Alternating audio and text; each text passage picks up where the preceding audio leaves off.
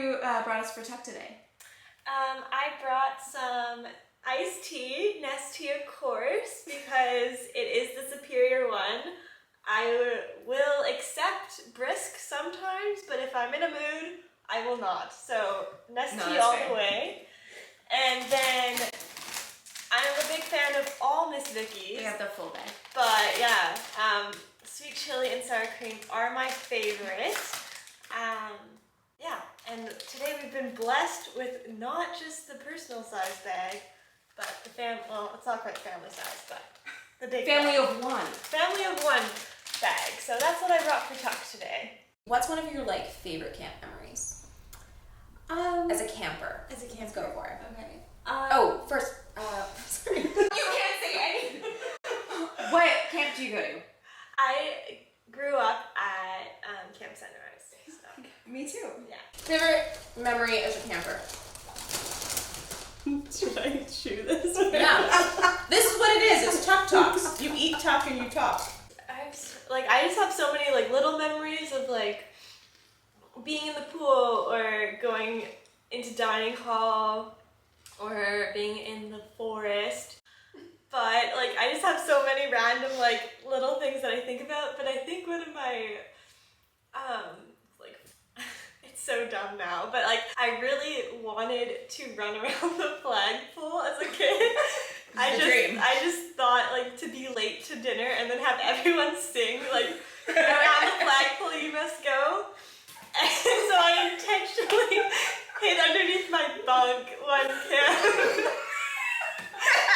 to do that, and then no one sang. I don't know if I was too late or if no one cared. Where were your counselors? I don't know. It was junior music camp. I remember being so afraid to be late. I had so much anxiety about that whenever I was late, my mom, she was a counselor for some years, and she would sneak me through the staff hallway because she knew that I could freak out because I was I can't run around the flagpole. No one must know. Yeah. Tell us a little bit about your relationship with God. Who is God to you? Well, I think growing up, I always knew God existed, and I always had a relationship. Somewhat. I remember being 3 years old at the dining room table, and my sister of 2 years, who was 2 years older than me, so she was 5, led me through a prayer because she wanted me to make sure I accepted Jesus into my heart. It's beautiful. Izzy, yeah. Yeah. And shout out to Izzy West. Yeah, shout out to Izzy West. I can't remember the prayer about it, but I think for the long time it was just kind of God was just someone in the back of my head that I knew existed. I pursued a relationship consistently, maybe more so in the summer, but it was I never took it super seriously, I don't think, until when I went away for university, and I just had to be independent for a while, and I had to understand do I want to go to church and stuff like that. So ever since that, I think he's been a lot more present in the front of my mind, and just more so all around me. So I think God to me now is someone who I'm learning to go to when I'm both in a praise and when I'm also in a lament.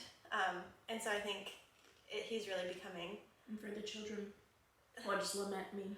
Oh, lament is just when you're just kind of in a down place. But lament is if you go to the Psalms, a lot of the Psalms that David writes is a lament, and he is learning to, or he's not learning, he is doing, he's praising God in his sorrow kind of, and so that's kind of, yeah. So when you're in a hard time, I often go to God, but I often forget to go to God and praise him when I'm in a good time, or in a happy place. So over the past couple years, that's really what I've been learning to do, and so I think that's kind of who God is to me right now. Yeah. But I think as a kid, I struggled a lot with how I viewed myself, and I would be told consistently you are knit together in your mother's womb, you are made unique, and you have a purpose, and this psalm is just 139? possibly, yeah.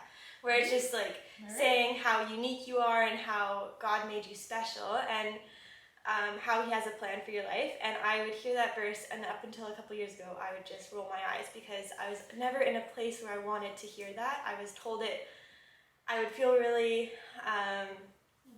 like self-conscious as a kid, and I really wasn't comfortable in my own skin, and I would be told that verse as in hopes of like lifting my spirit, but I often just was like, why would I feel this way if that wasn't the case? Like if God wanted me to feel like I was special, like why don't I feel that way? Okay, so I think the best piece of advice I got was kind of came from myself, but it was when I realized that I'm not going to be able to love others or love myself until I heal what is broken on the inside and stop trying to change what's on the outside and think that that's going to give me self-love, because that was really not the case. And I was 21 years old when I discovered that, after probably close to 12 years of trying to fix what was on the outside and never focusing what was on the inside. So when I came to this realization and what has been on my mind, and kind of the advice that I've been giving myself every day since I was walking down the hallway randomly and it came into my head, was that if I can't love what's on the inside of me today, I will not love what's on the inside of me when I look different in a couple months. And so when I brought that up, can I say it was to my therapist? I don't know. When I brought it up, Therapy should be normalized. when I brought it up in therapy, my counselor was like, yeah, Amy, that's what we were like, that's amazing that you realized that. And she just reaffirmed me, like, that is what God is driving us towards, because for the longest time, I told her that I would roll my eyes at that verse of like, I made you unique and you are wonderfully and Fearfully and wonderfully made. Yeah. And so now when I read that verse, my first instinct is still to kind of roll my eyes until I really think about it and think of how far I've come and think of healing myself and healing what's broken on the inside first. And I can accept that verse a lot better now. So it's a bit of a ramble, but that is kind of what I have learned and the best piece of advice that I still carry today. So You are fearfully and wonderfully made. you are. For today. So thank you so much, Amy, for joining us for some Tuck Talks. And now we will eat. Okay, perfect. Yeah. Munch? What were you doing? The crunch. I'll take one, thank you. Do some ASMR.